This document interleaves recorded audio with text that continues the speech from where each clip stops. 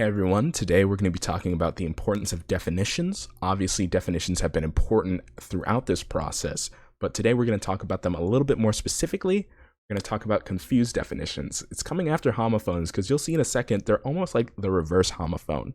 But first, let's talk about it. So the SAT grammar section will test your knowledge of definitions. Many times you're going to have to find a word out of many that best fits a sentence.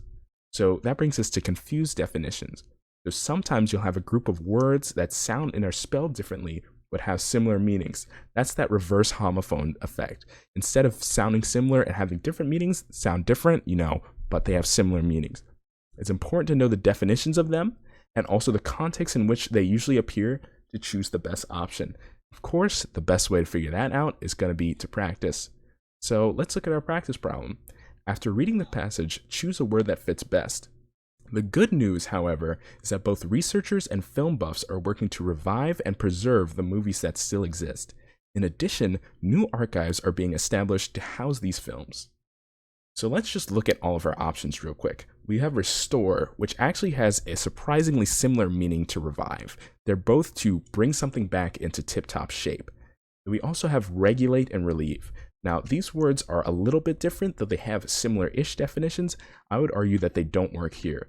Film buffs are working to regulate and preserve the movies that still exist. Doesn't really work with the context of this sentence. It doesn't really make sense for them to try and regulate these things that they're working so hard to bring back into the public light.